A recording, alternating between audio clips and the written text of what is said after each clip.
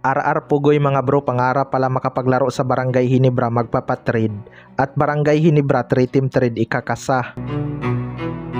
So isa nga si RR Pugoy sa mga nagpapahirap sa Barangay Hinebra mga bro. Napakahirap niya ngang pigilan kapag uminit ang kanyang shooting beyond the arc.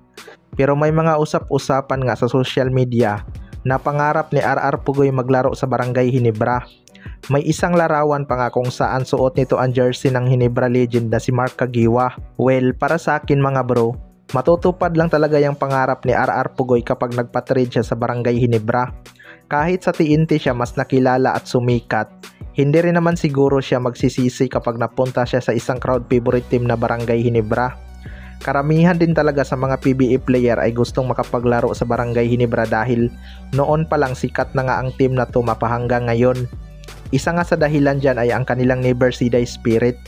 Hindi nga sila iniiwan ng kanilang mga fans kahit may mga player silang natitrade sa ibang team. Pero mukhang malabo ding bitawan ng TNT tropang 5G itong si RR Pugoy mga bro kahit offeran to ng malaki dahil kayang-kaya naman tapatan ng MVP yan. Bilang player mas pipiliin talaga nila kung saan may magandang offer dahil hindi nga laging nandyan ang opportunity. Malaking bagay din talaga si RR Pugoy sa TNT tropang 5G. Ito nga ang isa sa kanilang mga go-to guy. Kahit may injury to, naglalaro pa rin to sa kanila upang makatulong. Sa kabilang banda naman mga bro, Barangay Hinebra 3-team trade ikakasa. Hindi pa nga gumagalaw ang dalawang mag-sister team na SMB at Barangay Hinebra. Kaya asahan natin na may malaking galaw na magaganap ngayong off-season. Ayon nga sa source mga bro ay posibleng magkakaroon ng 3-team trade ang Barangay Hinebra, SMB at Northport Batampier. Mapupunta nga daw sa SMB si Joshua Monson, sa Barangay Hinebra naman si Mutaw Tua at sa Northport si Maverick Ahanmisi. Matagal na rin talagang naro-rumors sa SMB itong si Joshua Monson mga bro. Nauna lang sina Andreas Kahilig at Wami Chongson mapunta sa SMB.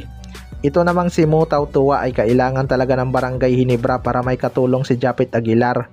Baka nga ito pa ang maging primary center nila dahil may shooting din to, hindi tulad ni Japit Aguilar na walang tira sa labas.